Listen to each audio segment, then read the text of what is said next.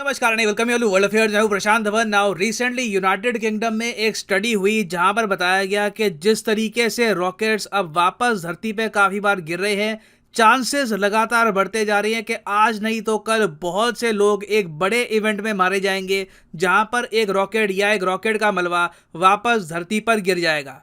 अब रिसेंटली आप अगर देखो तो एक बहुत ही शॉकिंग इंसिडेंट सामने आया जब चाइना का मोस्ट पावरफुल रॉकेट, इनका लॉन्ग मार्च 5B रॉकेट का बहुत सारा मलबा वापस धरती पर क्रैश कर गया।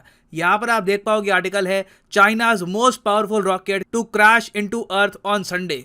और संडे आज है, ये रॉकेट क्रैश कर चुका है। फिलीपींस के पास एक टापू है, वहां पर ये रॉकेट क्रैश कर गया। और यहां पे आप देख पाओगे ये विजुअल्स हैं, इस तरीके से लोगों को आसमान में दिख रहा था। ये चाइना का रॉकेट है, ये कोई मीटेओराइट नहीं है, ये चाइना का रॉकेट है जो जलते हुए वापस धरती पर क्रैश कर गया। फॉर्चुनेटली किसी की मौत हुई नहीं है, मगर ये बहुत ज्यादा डेंजरस था। और हम देख रहे हैं कि चाइना के रॉकेट्स में एक पैटर्न है कि ये वापस धरती पर लगातार क्रैश करते हैं। रॉकेट लॉन्चेस हम भी करते हैं, यूएस भी करता है, बहुत से और देश करते हैं, मगर पिछले 5-6 सालों में आप अगर देखो तो लगातार ये तीसरी बार है जब चाइना का रॉकेट वापस धरती पर क्रैश कर गया है। इससे पहले आपको याद होगा कि 2016 में चाइना का तियांगोंग 1 स्पेस स्टेशन, पहला स्पेस स्टेशन धरती पर क्रैश कर गया था। यह पैसिफिक ओशन में जाकर गिरा था।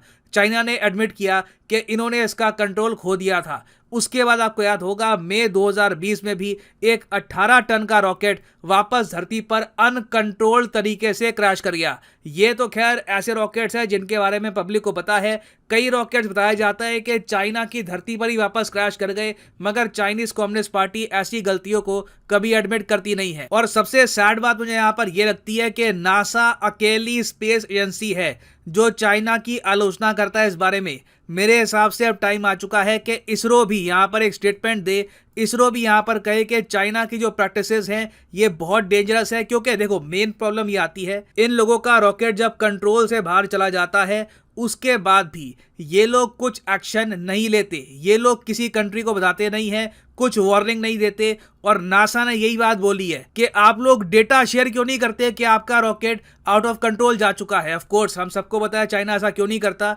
चाइनीज कम्युनिस्ट पार्टी हमेशा अपनी इमेज बना के रखना चाहती है कि ये काफी स्ट्रांग है, सब कुछ यहाँ पे परफेक्ट होता है। बट आई थिंक अब टाइम आ चुका है इसरो, JAXA, उसके अलावा यूरोपियन स्पेस एजेंसी, सब लोग मिलकर चाइना पे दबाव डाले कि आप जब रॉकेट लॉन्च करते हैं you have to be more responsible, क्योंकि आज नहीं तो कल ह्यूमन बींग्स की जान जा सकती है। तो इस टॉपिक को और इन डेप्थ डिस्कस करेंगे कि यहाँ पर हुआ क्या है। मगर आगे बढ़ने से पहले आपसे एक क्वेश्चन पूछूंगा। क्वेश्चन यहाँ पर यह है कि भारत के लिए एक बहुत ही प्राउड मोमेंट है, दूसरी बार हुआ है हिस्ट्री में जब वर्ल्ड बैंक के चीफ इकोनॉमिस्ट चूज किए गए हैं फ्रॉम इंडिया। तो आपको बताना है कि वर्ल्ड बैंक के नए चीफ इकोनॉमिस्ट कौन है। ये है यहाँ पे आपकी ऑप्शन, ई राघवन, उर्जित पटेल, रघुराम राजन या फिर इंद्रमीत गिल। कमेंट सेक्शन में करिए उत्तर, सही आंसर मैं आपको दूंगा वीडियो के अंत में। नाउ सबसे पहले तो आप पूछोगे चाइना ने रॉकेट लॉन्च किया क्यों था, ये करना क्या चाहते थे।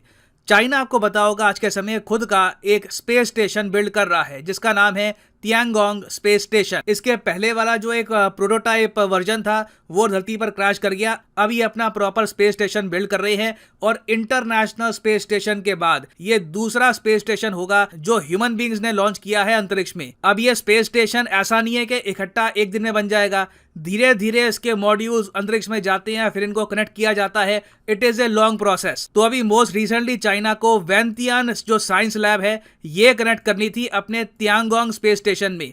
तो इसको लॉन्च करने के लिए इन्होंने अपना सबसे भारी भरकम रॉकेट यहां पर यूज किया जो है लॉन्ग मार्च 9।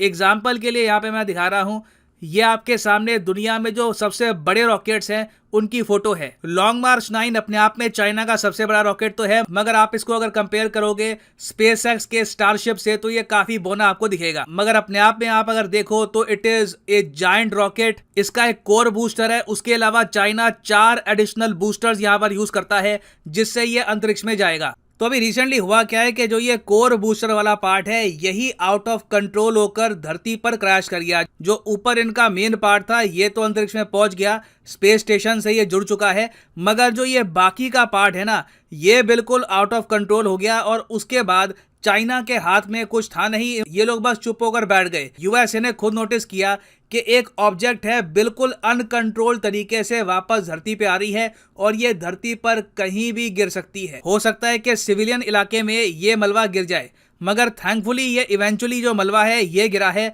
फिलीपींस। यहाँ पे आप देख पा रहे होगे ये फिलीपींस नाम का देश है, इसके एक टापू के पास जाकर ये मलबा गिर गया, किसी की जान नहीं गई। अब यहाँ पर आप पूछेंगे अगर किसी की जान यहाँ पर गई होती तो क्या चाइना लायबल होता, तो इसका आंसर है हाँ बिल्कुल, चाइना को कंपनसेशन पे करनी होती। और अगर मैं आपको बता दूं अगेन, कोई बड़ी बात नहीं है, एक अनफॉर्चुनेट इवेंट आज नहीं तो कल ये हो ही सकता है। और ये बात सिर्फ मैं नहीं कह रहा, रीसेंट एक इस पर स्टडी हुई है, डिटेल स्टडी। यहाँ पर इन्होंने कैलकुलेट किया है प्रोबेबिलिटी को कि जिस रफ्तार से चाइना लगातार रॉकेट लॉन्च कर रहा है, और ये बात क्लियर है कि इनका जो लॉन्ग मार्च 5 रॉकेट है इसमें डिज़ाइन को लेकर इश्यूज हैं, ये कंट्रोल में रॉकेट आता नहीं है। बहुत बार ये रॉकेट आउट ऑफ कंट्रोल होकर धरती पर क्रैश कर चुका है। तो यूके की जो स्टडी थी इस इशू को लेकर, इसने यहाँ पर यह भी ऑब्जर्व किया कि मोस्ट प्रॉब्ली कल को अगर मान लो ये रॉकेट आउट ऑफ कंट्रोल जाता है और कहीं पे क्रैश करता है तो ये गिरेगा या तो बांग्लादेश या फिर इंडोनेशिया के एरिया के बीच में। बेसिकली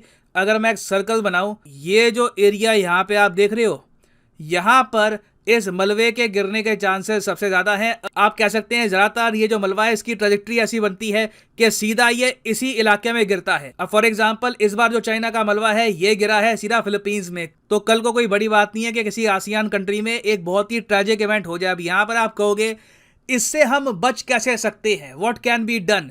देखिए what can be done is very simple. Technologically हमको एडवांस करना पड़ेगा, हमको इंश्योर करना पड़ेगा कि इन द फ्यूचर हम लोग रीयूजेबल रॉकेट यूज करें। इलॉन मस्क की कंपनी स्पेसएक्स ने जो ये आइडिया सबसे पहले दुनिया के सामने रखा कि एक रॉकेट जरूरी नहीं है कि बिल्कुल आप डिस्कार्ड कर दो, जैसे ही रॉकेट का जो मेन लोड है ये अंतरिक्ष में चला गया उसके बाद ऐसा नहीं है कि बूस्टर्स को धरती पे गिरना ही है, हम बूस्टर्स को सेफली धरती पर लैंड करवा सकते हैं और उसको रीयूज कर सकते हैं। ये मैं कहूँगा सबसे सेफेस्ट तरीका है अंतरिक्ष में कोई भी चीज भेजने का। और फोकस यहाँ पर यही होना चाहिए इवेंचुअली कि सारे देश ही रीयूजेबल रॉकेट्स को प्रमोट करें। उस सब के अलावा वो देश जिनके रॉकेट्स बार बार धरती पर क्रैश कर रहे हैं, फॉर एग्जांपल चाइना, इनको क्रिटिसाइज करना इंपॉर्टेंट है। सिर्फ नासा अकेले क्रिटिसाइज करेगा तो ये काफी नहीं है, बाकी देशों को भी यहाँ पर क्रिटिसाइज करना होगा चाइना को, तभी चाइना पर भी एक अकाउंटेबिलिटी बनेगी कि देखिए दुनिया में हमारा नाम काफी खराब हो रहा है, हमको अपनी जो सेफ्टी प्रैक्टिसेस हैं ये इंप्रूव करनी होगी। ना वापस आते हैं अपने क्वेश्चन पे कि which Indian economist has been appointed as the chief economist of the world bank. तो सही उत्तर यहाँ पे है ऑप्शन डी, इंदरमीत गिल। जी हाँ, इंदरमीत गिल कौशिक बासु साहब के बाद ये दूसरे इंडियन हैं जो बने हैं the chief economist at world bank. A proud moment for India indeed. और फाइनली यहाँ पर मैं ये भी ऐड कर दूं कि आप किसी भी एग्जाम की तैयारी कर रहे हैं, आप परचेज कर सकते हैं इनके courses from Unacademy. Simply जाओ कमेंट सेक्शन में, यहाँ पे आपको मिलेंगे link. For example let's say आप प्रिपेयर कर रहे हैं फॉर एसएससी, क्लिक करिए एसएससी के लिंक पर और यहाँ पे आपके सामने खुल जाएगा ये पेज। मगर जो प्राइसेस यहाँ पर लिखे हैं ये पे करने की आवश्यकता नहीं है, सिंपली यहाँ पे कोड डालो PD10 and the prices will just start following.